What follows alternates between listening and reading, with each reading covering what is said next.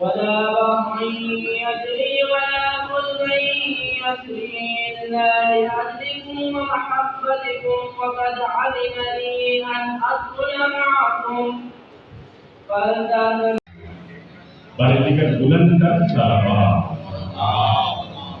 صلی اللہ حدیث کے ساتھ آج کی مجلس اور مجلس سے سویت کا آغاز ہو گیا. یہ مجلس ترغیب ہے برائے بلندی درجات. میرا دوست میرا بھائی سید شفیق زیدی سید شاکر زیدی مولا اس کے درجات میں اضافہ فرمائے, مولا اس کو اعلیٰ علین میں جگہ دلوائے. میرے مولا اس کی قبر کو جنت کے باغوں سے ایک بار شمار فرمائے. میرے مولا اس کے فرزندان کو, ان کے فرزندان کو, ان کی اہلیہ کو اور ان کے بھائیوں کو, عزیز و قارب کو میرے مولا صبر جمیل عطا فرمائے. یہ ذکر بھی ایسا ہے کہ ہم جب یہ ذکر کرتے ہیں تو ہم اپنا غم بھول کر کربلا والوں کے غم کو یاد کرتے ہیں. اگر یہ غم نہ ہوتا تو یقیناً ہم لوگ شاید اپنا توازن ہی کھو جاتے. جب ہم دیکھتے ہیں کربلا میں اتنی مصیبتیں, میرے مولا نے ایک دن میں 71 لاشیں اٹھائے ہوئے کہا کہ الحمدللہ رب العالمین, اے اللہ تیرا شکر ہے. کبھی علی اصغر کے لاشیں اٹھا کر چہرے پر خود مرضی کر رہے ہیں, اللہ تیری بارگاہ میں یہ نذرانہ میں پیش کر رہا ہوں. کبھی علی اکبر کے سینے سے پرچی کا پھل نکالا. یہ ہم اس لیے یاد کرتے ہیں تاکہ ہمارے غموں کا مداوع ہو سکے, ہم اپنے غم کو بھول جائیں اور کربلا کے غم کو یاد کریں. حدیث کے ساتھ آغاز ہو گیا. بس یہی کہوں گا کہ جس طرح دل میرا لگا مدینے میں, جس طرح دل میرا لگا مدینے میں آ رہا تھا مگر رک گیا مدینے میں. دعائیں مصطفیٰ سے مجھ کو ملنے لگی. میں پڑھ رہا تھا حدیث کتاب مدینے میں, میں پڑھ رہا تھا حدیث کتاب مدینے میں.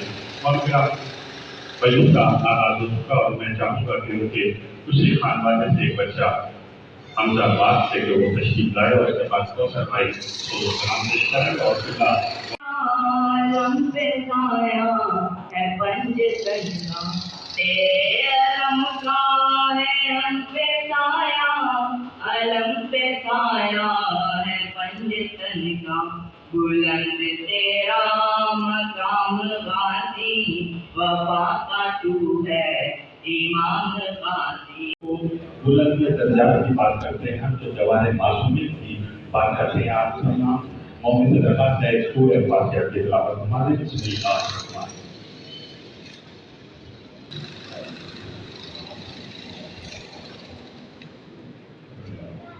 خوشنودی محمد والے محمد بلند اعلیٰ مرتبتوں اور درخواست جلدی سید محمد اجازت سید اختر اجازت تشریف لائیں.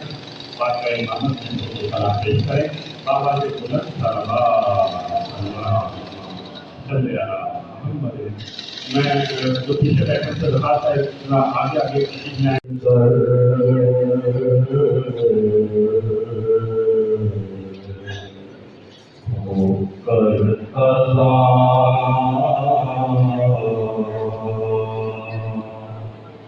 سامنے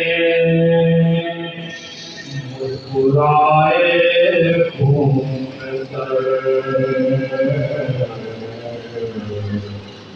ہو کر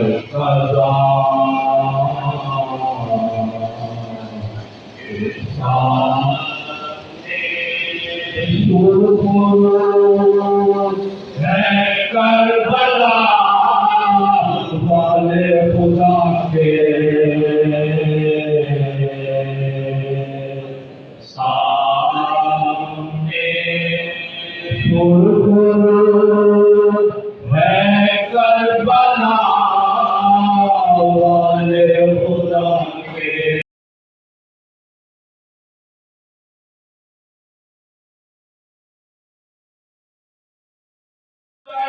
نیاز ہو, حاضری ہو, یا رمضان المبارک میں کے والد صاحب کی برسی ہو, وہ سب سے پہلے مجھے فون کرتا تھا اخلاق مجلس ہے اور تم نے وہاں پہ ڈیوٹی دے دی حاضر ہو، لیکن میں یہ سوچ رہا تھا کہ یقیناً بھائی ہیں مجھے نظر آ رہے ہیں، ماں بھی ہے، سلمان بھی ہے، سجاد بھی ہے، ان کے بچے بھی ہیں، مولا انہیں سلامت رکھے اور اس صدمے کو برداشت کرنے کے لیے توفیق عطا فرمائے۔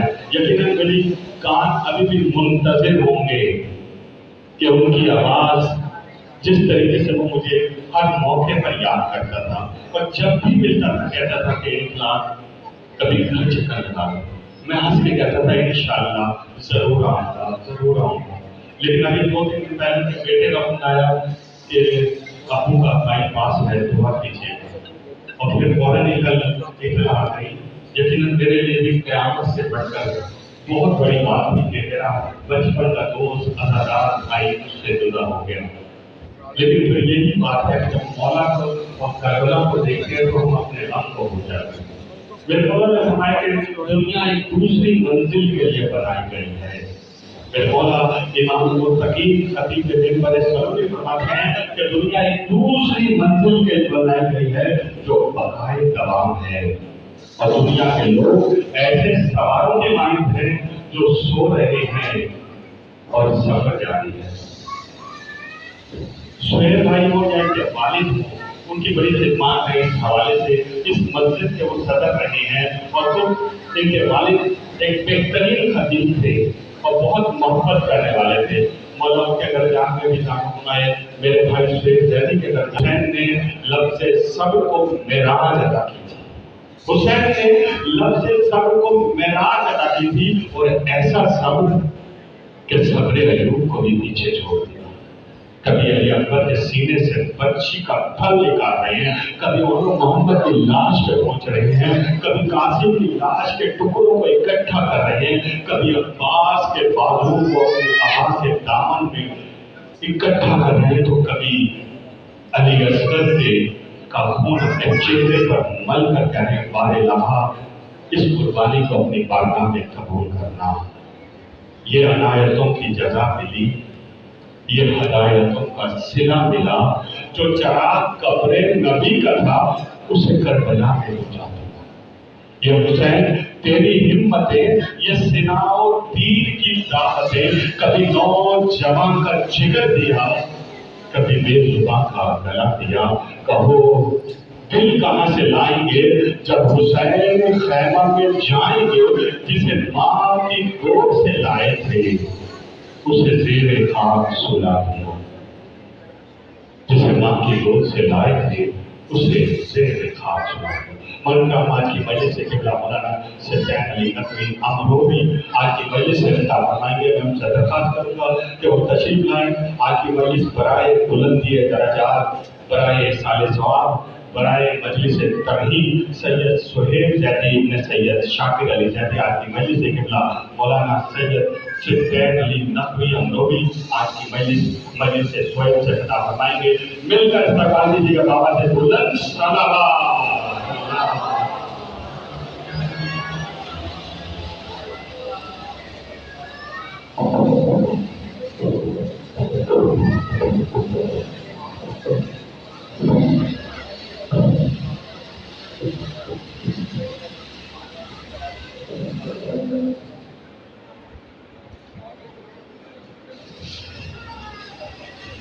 فاتحہ۔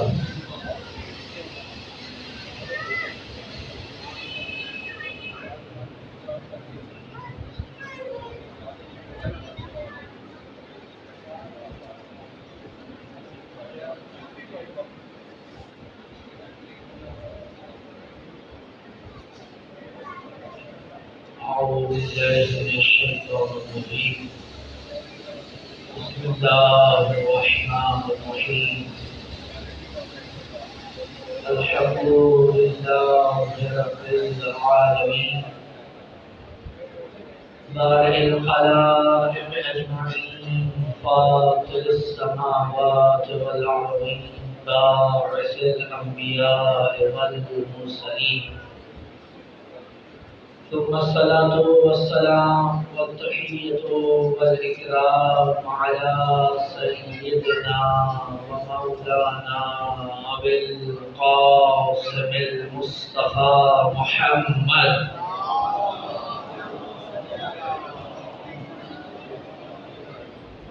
وعلى أهل البيت الطيبين الطاهرين المعصومين المرحومين المنتجبين المنتخبين ولعنة الله على أعدائهم أجمعين من الأولين والآخرين يا رب العالمين.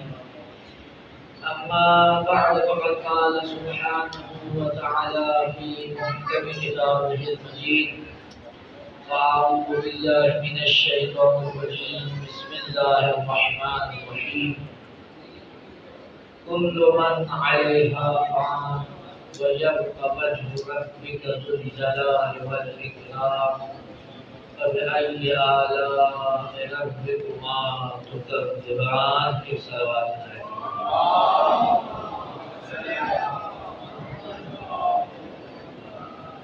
اپنی حاجات کی قبولیت کے لیے امام وقت ظہور متعجل کے لیے جہاں کہیں مومنین و ناس آباد ہیں ان کی عزت مال جان آبرو کی حفاظت کے لیے، جو مریض ہیں ان کی شفا یابی کے لیے، جنہوں نے دعا کی التماس کی اپنی حاجات کی قبولیت کے لیے، جن مرحومین کے سال ثواب کے لیے مجلس اعلیٰ کا انعقاد ہے، ان کی بلندی درجات کے لیے اور اس مودی مرض سے جلد نجات پانے کے لیے مرتبہ آواز سے بلند صلوات عنایت فرمائیں۔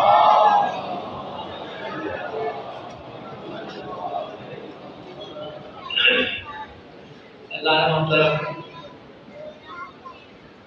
پروردگار عالم نے انسان کو بہت سی نعمتوں سے نوازا ہے۔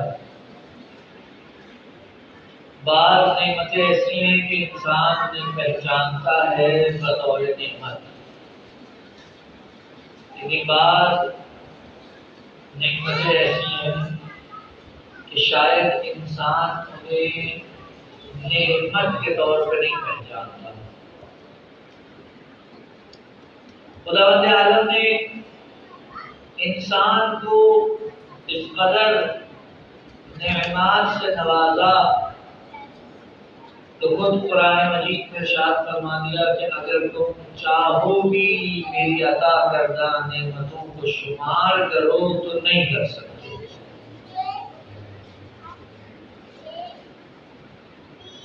اگر تھوڑا سا انسان طائرانہ نظر سے اعراض برتے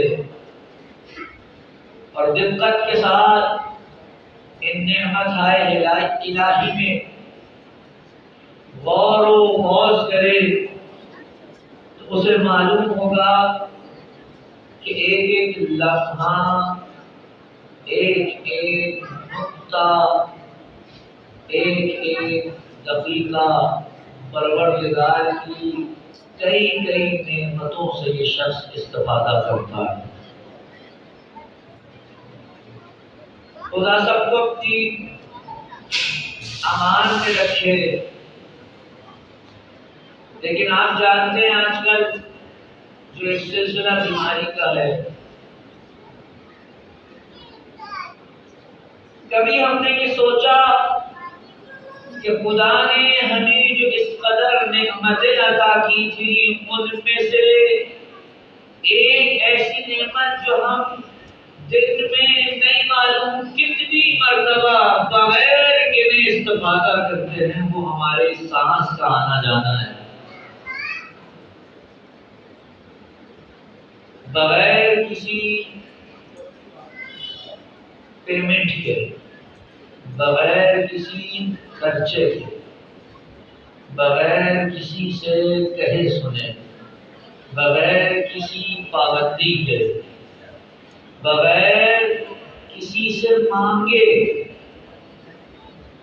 غافل مقدار میں جس وقت چاہیں اس نعمت الہی سے استفادہ کریں، کبھی پابندی نہیں لگتی آپ پر کہ یہ سانس نہ لو،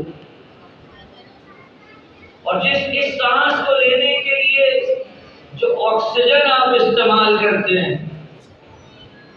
کبھی ذہن میں آیا کہ میں نے کس قدر خدا کی اس ہوا اور فضا میں بنائی ہوئی آکسیجن سے استفادہ کیا ہے؟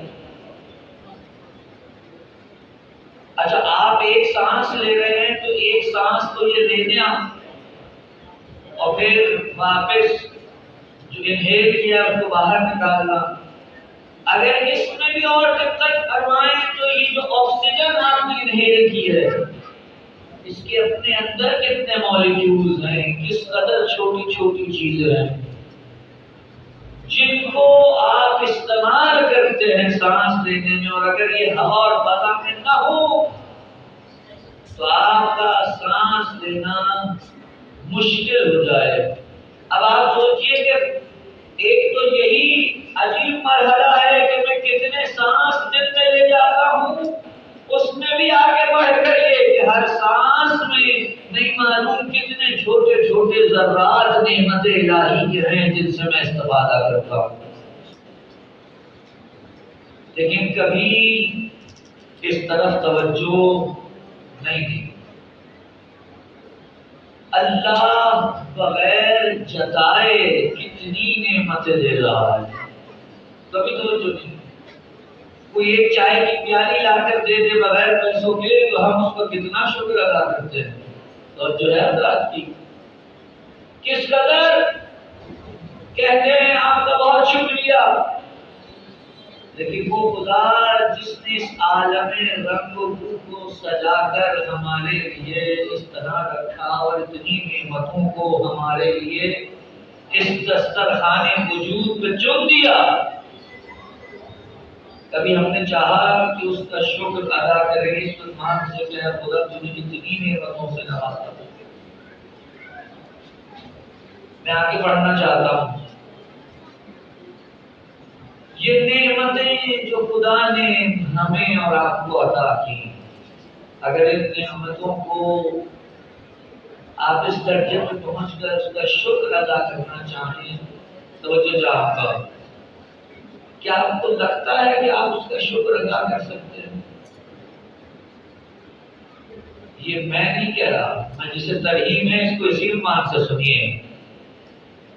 حضرت موسیٰ علیہ السلام عجیب جملہ ارشاد فرمایا اپنی مناجات میں. بارگاہ خدا میں کھڑے ہیں، پروردگار کی بارگاہ میں شکر ادا کرنا چاہتے ہیں، لیکن دیکھیے یہ موسیٰ کلیم اللہ کس طرح سے بیان دیتے ہیں. کہتے ہیں پروردگارا میں تیری نعمتوں کا شکر ادا کرنا چاہتا ہوں، لیکن میں جانتا ہوں میں جتنا بھی شکر ادا کروں حق ادا نہیں کر سکتا. کوئی کہتا شاید موسیٰ نے اللہ کی بارگاہ میں ایک سخن گسترانہ جملہ کہہ دیا، دلیل نہ دی.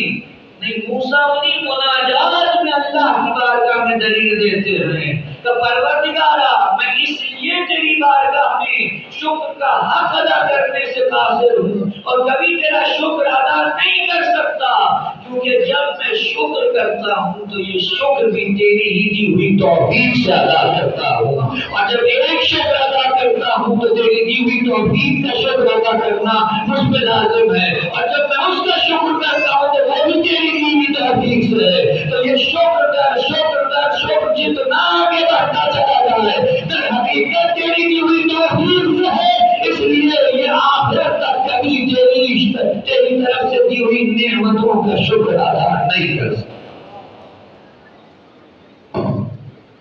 ممکن نہیں ہے انسان شکر ادا کر سکے. تو اب اگر نہیں کر سکتا تو کیا کرے؟ ہاتھ کا ہاتھ رکھ کے بیٹھ جائے یا نہیں؟ کسی حد تک کرنا ہے. آپ جانتے ہیں کہ ہر ایک کے اوپر خدا نے اس کی ظرفیت کے مطابق بوجھ ڈالا ہے. ظرفیت سے زیادہ بوجھ خدا نہیں ڈالتا. خدا نے کہا نماز تم پر واجب ہے. توجہ ہے نا حضرات کی؟ نماز تم پر واجب ہے. تو پروردگار قوت طاقت قابلیت نہیں ہے کہ کھڑے ہو کے پڑھ سکوں، تو ہم تم پر بوجھ نہیں ڈالیں گے، بیٹھ کے پڑھو. پروردگار نے روزہ واجب کیا ہے، لیکن میں کسی بیماری کی وجہ سے، کسی مرض کی وجہ سے نہیں کر سکتا، کہ ہم تمہاری اوپر وہ بوجھ نہیں ڈالیں گے جسے تم اٹھا نہیں سکتے۔ شکر بھی ایسے ہی، جو میں نہیں اٹھا سکتا وہ مجھ پر نہیں ڈالا گیا، کہ تمہاری جتنی ظرفیت ہے، تمہاری جتنی قابلیت ہے، اس کے مطابق میرا شکر ادا کرو۔ اور جب تم شکر ادا کرو گے تو کیا اس کا فائدہ خدا کو ہوگا؟ قرآن میں عجیب جملہ ہے، لَئِن شَكَرْتُمْ لَأَزِيدَنَّكُمْ، اگر تم شکر ادا کرو گے میں نعمتوں میں اضافہ کر دوں گا۔ یہاں تک تو آپ آگے توجہ ہے نا حضرات کی، یہ شکر نعمتوں کے ساتھ جڑا ہوا ہے۔ عام طور پر جیسے ہی نعمت آتی ہے شکر ہوتا ہے، اور نعمت کے ساتھ شکر لازم و ملزوم ہے، لیکن اللہ توجہ چاہوں گا، یہ وہاں پر ہے جہاں پر انسان اپنے دماغ سے یہ سوچے کہ جس چیز کو خدا نے میرے لیے بھیجا ہے ان میں سے کچھ اچھی یعنی میرے لیے نعمت ہے اور کچھ اچھی نہیں ہے،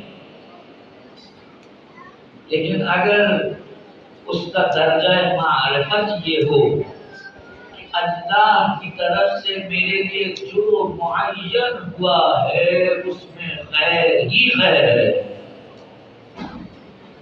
اس میں اچھائی ہی اچھائی ہے، تو اب مرحلہ یہ آئے گا کہ جو دنیا کی نگاہ میں مصیبت ہوگی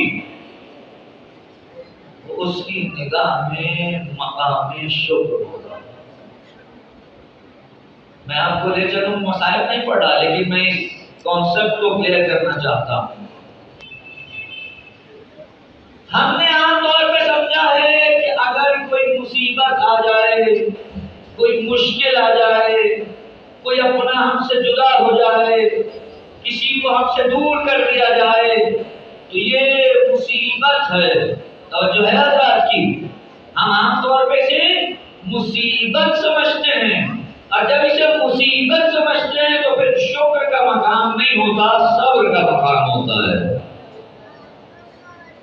لیکن جن کا درجہ معرفت یہ ہو کہ اللہ کی طرف سے جو آیا ہے اس میں خیر ہے، تو بھرا گھر لٹا کر بھی زینب سے جب پوچھا جائے کہ تم نے خدا کو کیسا پایا تو آگے سے جواب آتا ہے وَمَا رَأَيْتُ إِلَّا جَمِيلًا، میں نے اللہ سے اچھائی کے سوا کچھ دیکھا ہی نہیں۔ آپ ذرا تصور کیجئے یہ کون سی بیوی ہے جو ابھی 2 دن پہلے اپنا بھرا گھر ایک میدان میں، ایک صحرا میں تہے دیر ہوتا دکھائی ہے۔ یہی چیز ہے جو زینب عالیہ جیسی ہستی ہمیں سمجھانا چاہتی ہے کہ تم لوگ ہو جو مشکل کو مصیبت سمجھتے ہو، اور یہ ہم اہل البیت ہیں کہ اپنے اوپر آنے والی مشکل کو بھی اللہ کی طرف سے اچھائی سمجھتے ہیں، کیونکہ ہمیں معلوم ہے اس مشکل کے بعد جو مرتبہ بارگاہ خدا میں بلند ہوگا وہ اس کے بغیر حاصل نہیں ہو سکتا۔ ہم نے یہ کانسیپٹ بنا لیا ہے، معذرت کے ساتھ آج زیادہ بزرگان تشریف فرما ہے اور ان کے سامنے تو فقط ایک سبق ہے جو دوہرا رہا ہوں، ان کو وعظ و نصیحت کرنے کی میں کبھی سوچ بھی نہیں سکتا۔ ہم نے یہ کانسیپٹ بنا لیا ہے کہ جناب جب اللہ کسی سے خوش ہوگا تو اسے نعمتوں میں تول دے گا، توجہ ہے نہیں ہے؟ ہمارے دماغ میں یہ چیز ہے، اللہ اگر کسی سے خوش ہو جائے تو اسے سے نعمتوں میں تول دے گا، بینک بیلنس ہوں گے، مال کی ریل پیل ہوگی، جناب جو دنیا میں کسی کو نصیب نہ ہوگا وہ اس کے پاس ہوگا۔ حضور یہ آپ نے کہاں سے تصور کر لیا؟ اس کے بالکل برعکس ہے۔ اللہ جس سے جتنا خوش ہوتا ہے اسے اتنا مشکلات میں مبتلا کرتا ہے۔ یہ عجیب عشق کی منزل ہے، توجہ فرمائیں گے حضرات۔ اگر آپ یہ سمجھتے ہیں کہ جو اللہ کے زیادہ نزدیک ہے اور جتنا زیادہ نزدیک ہے اتنا وہ سکون سے رہے گا، اتنا وہ آرام سے رہے گا، تو پھر حضرت ابراہیم کے بارے میں کیا خیال ہے؟ کس کے پاس تھی؟ رسول کے پاس۔ فضیلت کس کے پاس تھی؟ موسیٰ کے پاس۔ فضیلت کس کے پاس تھی؟ حضرت ابراہیم کے پاس۔ توجہ فرما رہے ہیں حضرات؟ مجھے نہیں پتا میری بات آپ تک پہنچ رہی ہے یا نہیں پہنچ رہی ہے۔ فضیلت کس کے پاس تھی؟ ان کے پاس۔ ظاہری مال و دولت کس کے پاس تھی؟ ان کے مخالفین کے پاس۔ اب کوئی کہے جناب ساری مصیبتیں تو اس پہ ٹوٹ رہی ہیں، نہیں کہہ دیا تھا کیا تمام فضیلتیں فضیلت کے گرد گھومتی ہیں۔ جو بھی مجھ سے محبت کرتا ہے اسے مصیبتوں اور مشکلات کے لیے تیار ہو جانا چاہیے۔ کیوں؟ کیونکہ جو ہم سے محبت کرتا ہے اس پہ مشکلات کی برسنے کی رفتار زمین پر بارش برسنے کی رفتار سے زیادہ تیز ہوتی ہے۔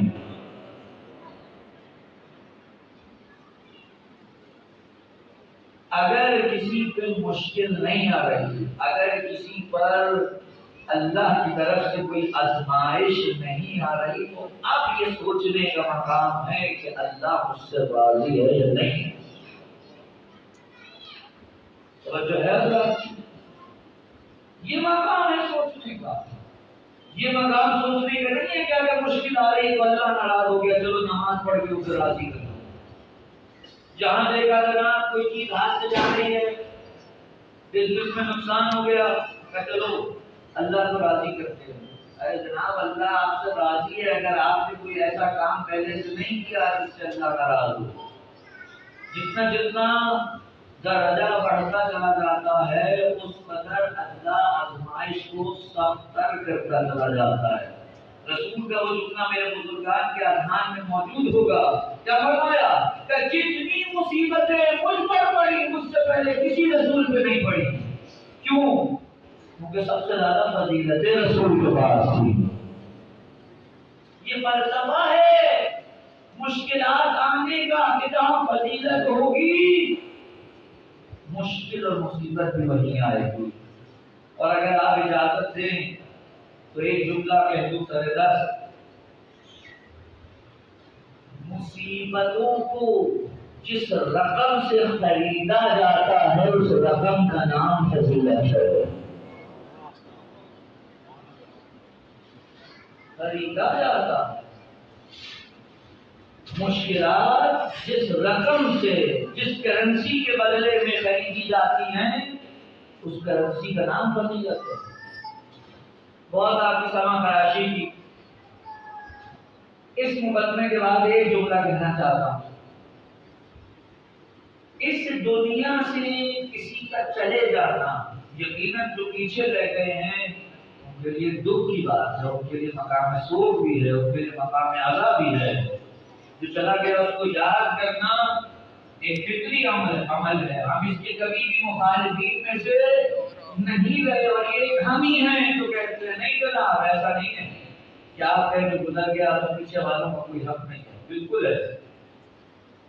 لیکن ذرا قرآن کی طرف چلے۔ آپ جانتے ہو قرآن مجید میں سورہ رحمان توجہ ہے نا حضرات کی؟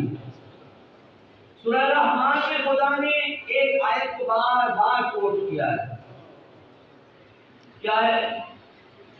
فَبِأَيِّ آلَاءِ رَبِّكُمَا تُكَذِّبَانِ، اور تم اپنے رب کی کس کس نعمت کو جھٹلاؤ گے۔ یہ آیت کب آتی ہے؟ توجہ ہے، یہ آیت کب آتی ہے؟ جب اللہ اس سے پہلے کسی نعمت کا ذکر کرے. ایسے ہی ہے، یعنی سورہ رحمان میں اللہ نے اپنی نعمتوں کا ذکر کیا. یہ قرآن کا عجیب طرز تفکر اور عجیب طرز بیان ہے کہ جہاں پر اس نے نعمتوں کا ذکر کیا ہے وہاں کہہ رہا ہے کلو من علیہا فان، سب کچھ فنا ہو جائے گا جو اس دنیا میں ہے. وَيَبْقَ وَجْهُ رَبِّكَ ذُو الْجَلَالِ وَالْإِكْرَامِ، اور بس ایک تمہارا رب ہے جو صاحب ذو الجلال و اکرام ہے جو باقی رہے گا. اور اب تم بتاؤ تم اپنے رب کی کس کس نعمت کو ٹھکراؤ گے؟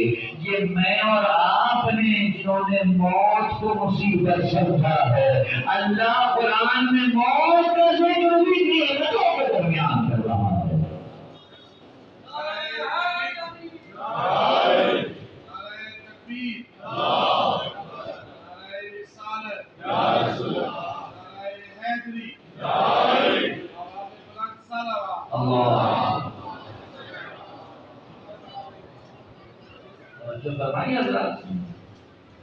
اللہ کانسیپٹ موت کے حوالے سے کچھ اور بیان کر رہا ہے. ہم نے موت کے کانسیپٹ کو کچھ اور لیا ہے.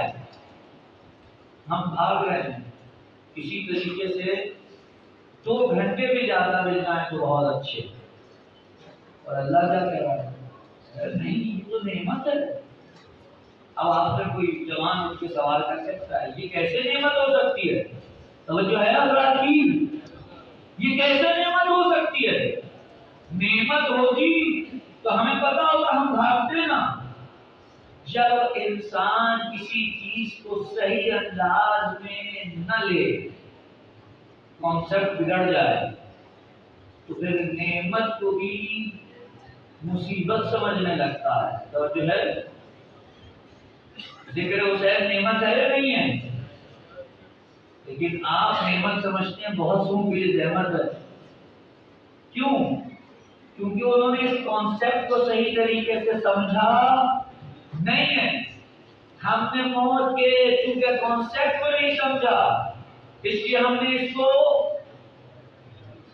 نعمت نہیں سمجھا. اچھا چلیے اسے دوسری طریقے سے دیکھتے ہیں. مجھے معلوم ہے کہ گفتگو سنگین تر ہوتی چلی جا رہی ہے، لیکن انشاءاللہ کہ آپ ساتھ ہیں کہ مجلس ترہیم میں اگر اس میں بھی آپ سے ایسی باتیں نہ کریں تو پھر کون سا پلیٹ فارم ہے جہاں سے یہ باتیں کی جائیں. ایک صلاۃ ہے جو محمد علی.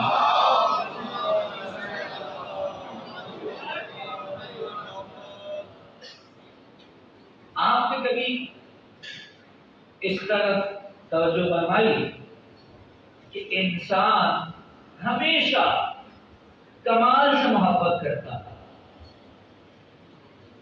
فطرت میں ہے اس کی کمال کا لفظ.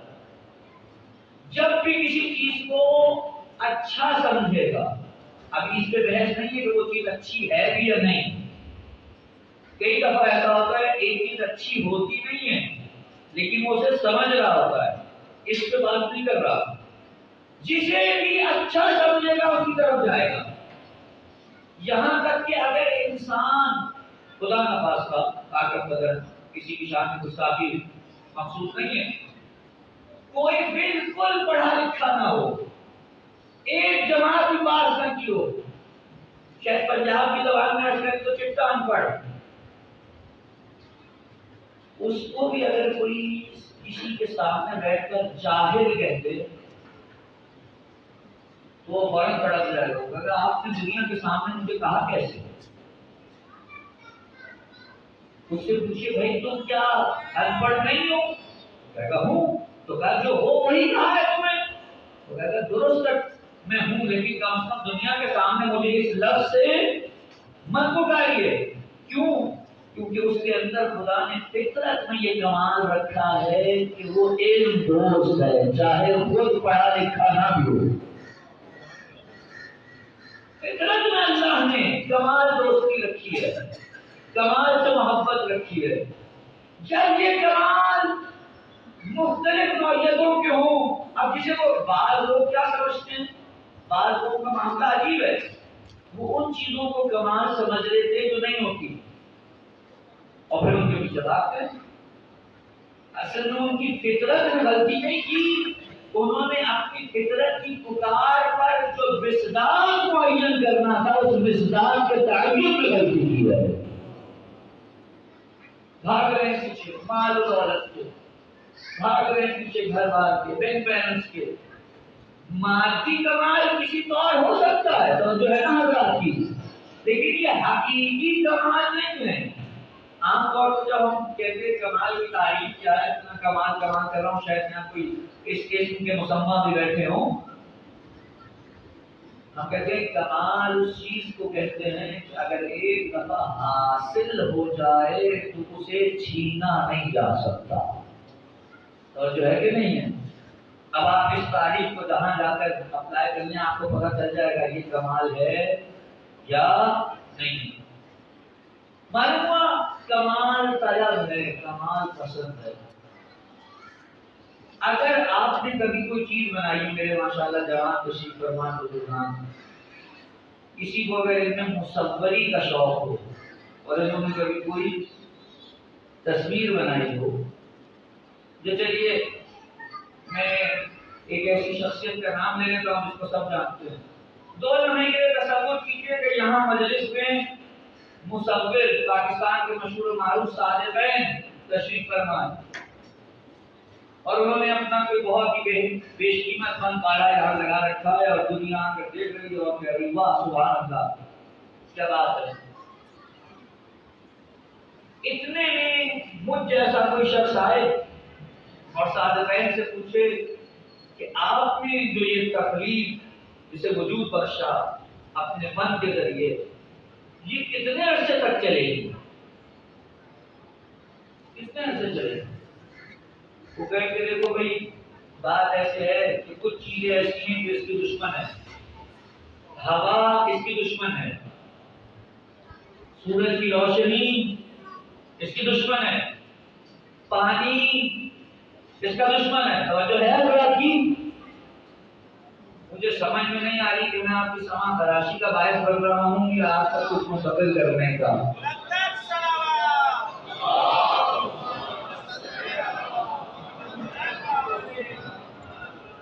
کئی کوئی چیزیں اس کی دشمن ہے، اگر یہ ان سے دور رہے تو اس کی عمر کی میعاد بڑھ جائے گی۔ تو اچھا تو یہ بتائیے اگر یہ ان سے دور بھی رہے تب بھی کتنا چل جائے گی؟ کیا بہت زیادہ بھی ہوا 200 سال 300 سال، شرح صدر سے کہوں تو 500 سال، اس سے آگے کیا جائے گی؟ تو جو ہے اس کے بعد کیا ہوگا؟ رنگ پھیکے پڑنے لگیں گے، جس کینوس پہ بنایا گیا ہے اس کے اجزاء ایک دوسرے سے چھوٹنے لگیں گے۔ معلوم ہوا اب یہ فنا کی طرف جانا شروع ہو جائے گی۔ میں وہیں کھڑے ہو کر صادقین سے پوچھوں آپ نے جب اسے بنایا ہے تو کیا آپ یہ چاہتے ہیں کہ یہ فنا ہو جائے؟ تو کہہ کہ اگر میں یہ چاہتا کہ یہ فنا ہو تو بناتا ہی کیوں؟ میں نہیں چاہتا یہ فنا ہو۔ جب آپ نہیں چاہتے یہ فنا ہو تو یہ کیوں ہوا؟ میرے اندر ایک کمال طلبی کی فطرت اللہ نے رکھی ہے جس کے ذریعے میں یہ چاہتا ہوں کہ کبھی فنا نہ ہو، یہ ہمیشہ باقی ہے، یہ میں نے اس لیے تخلیق کی ہے۔ اب ذرا تصور کیجئے ایک مجھ جیسا شخص کہ جو قدرت نہیں رکھتا ہر شے پر، وہ بھی اگر کوئی چھوٹی سی تخلیق لے کر آئے تو وہ یہ چاہتا ہے کہ یہ کبھی فنا نہ ہو بلکہ ہمیشہ باقی رہے۔ تو وہ خدا جو ہر شے پر قادر ہے اور جب اس نے انسان کو خلق کیا تو اپنا تعارف یوں کرایا کہ تبارک اللہ احسن الخالقین، وہ پروردگار یہ کیوں کر چاہے گا کہ اس کی اشرف المخلوقات فنا ہو جائے؟ نہیں چاہتا۔ جب میں نہیں چاہتا قدرت کی، تو وہ قدرت رکھتے ہوئے یہ کیوں چاہے گا؟ تو پھر یہ کیا ہوا؟ یہ جو لوگ چلے گئے دنیا سے، ان کا کیا ہوا؟ کیا یہ فنا نہیں ہے؟ توجہ، آیت پر غور فرمائیں گے حضرات۔ قرآن نے کیا کہا؟ قرآن نے کہا کل من علیہا فان، یہ علیہا ہا کی ضمیر دنیا کی طرف پلٹتی ہے کہ جو کچھ اس مادی دنیا میں ہے اس نے فنا ہونا ہے، جو اس مادی دنیا سے ماورا ہے اس نے فنا نہیں ہونا ہے۔ انسان تیری دو حقیقتیں ہیں، ایک تو مادی جسم رکھتا ہے، ایک تو روح رکھتا ہے۔ یہ جسم تیرا اس زمین سے ہے، یہ روح تیری عرش سے ہے۔ نفخت فیہ من روحی، آدم میں جب روح پھونکی تھی تو کیا کہا؟ کہ اس میں اپنی روح پھونک رہا ہوں، یعنی انسان کی روح کی نسبت اللہ نے اپنی طرف دی، عالم تعالیٰ سے دی، عالم مجردات سے دی، وہ عالم جو مادیات سے ماورا ہے۔ کہ تیری حقیقت یہ جسم نہیں ہے، اس جسم کو فنا ہے، لیکن اس روح کو فنا نہیں ہے جس کے اوپر رنگ وجہ اللہ ہی چڑھ چکا ہے۔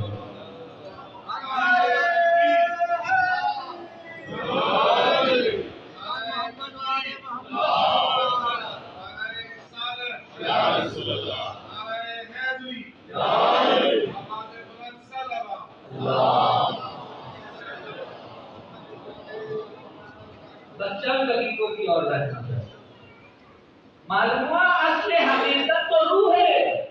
یہ جسم اگر چلا لیا فرق نہیں پڑتا، نعمت کیسے ہوئی؟ سوال وہی جواب ہے، توجہ ہے کہ نہیں ہے؟ موت نعمت کیسے ہوئی؟ جب تک میری روح میرے اس مادی بدن کے ساتھ ہے، اس کے لیے بہت سے حدود و قیود ہے۔ میں ایک وقت میں ایک جگہ ہو سکتا ہوں، توجہ ہے یا نہیں ہے؟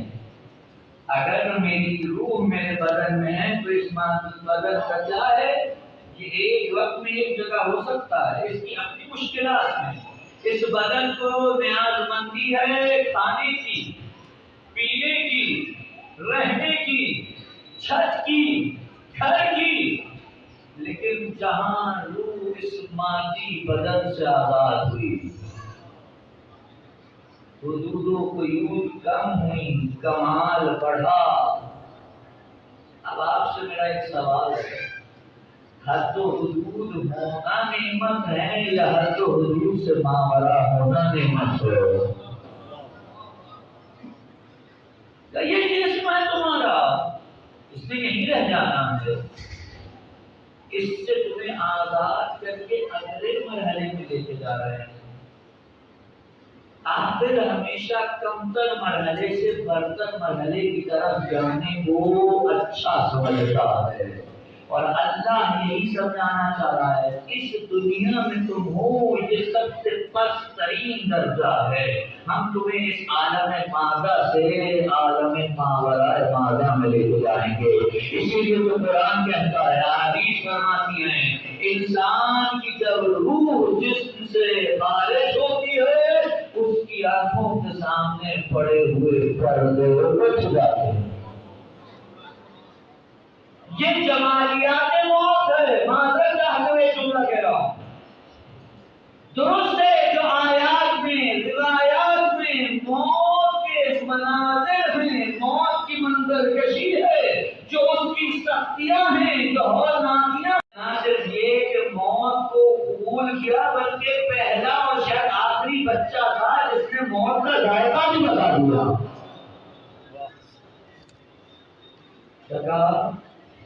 احلی من العسل، موت تو میرے لیے شہد سے بھی زیادہ شیریں ہے۔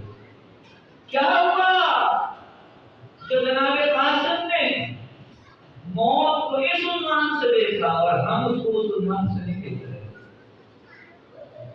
کیوں قاسم کہہ رہے ہیں موت میرے لیے شہد سے زیادہ شیریں ہے؟ کیونکہ وہ جمالیات موت سے واقف ہے، وہ جانتے ہیں اس موت کے بعد جو منزل درپیش ہے وہ کیا ہے۔ بس آخر میں ایک حدیث کا ورقہ اور آپ کی رحمت رسول سے پوچھا گیا موت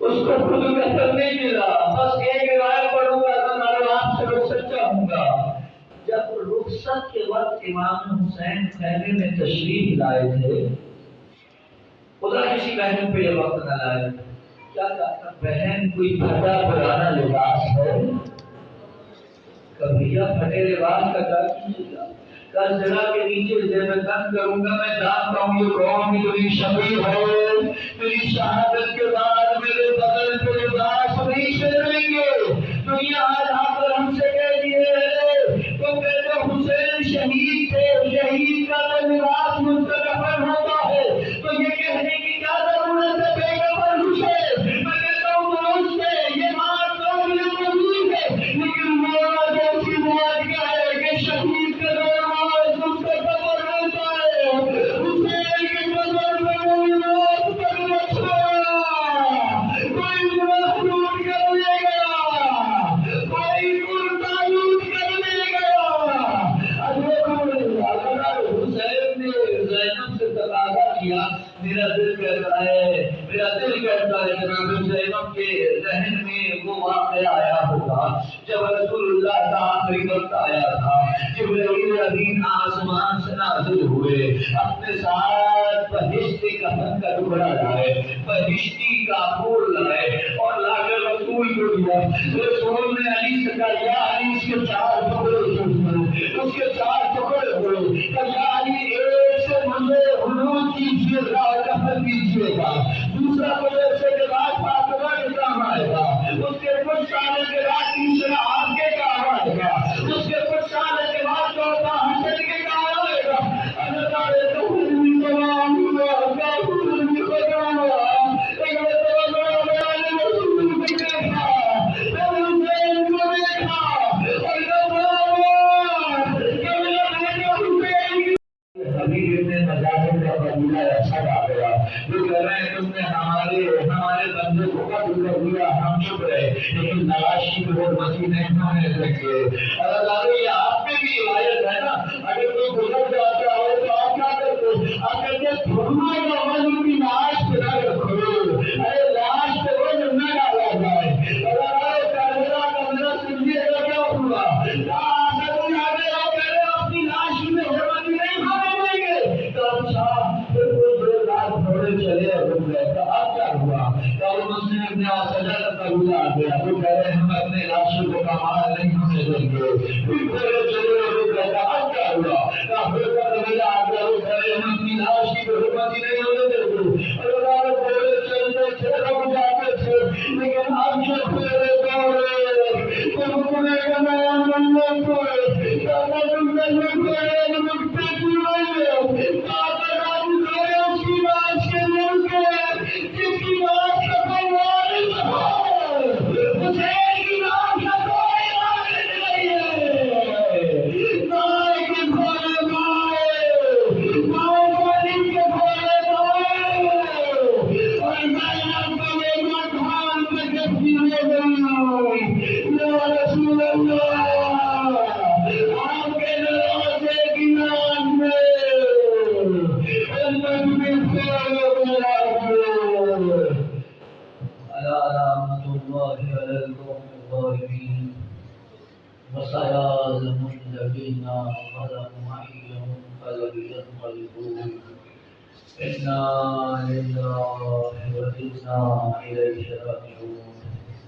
پروردگار کی عبادت کی اس وقت بارگاہ میں قبول فرما، پروردگار صاحبان ذکر کے صدقے پروردگار ہم تمام موجود زندہ اور اس دنیا سے گزر جانے والے مومنین کی بخشش و مغفرت فرما۔ پروردگار جس نے دعا کی جماعت کی حفاظت قبول فرما۔ پروردگار جہاں مومن ہونا آباد ہم کی عزت مال جان آبرو کی حفاظت فرما۔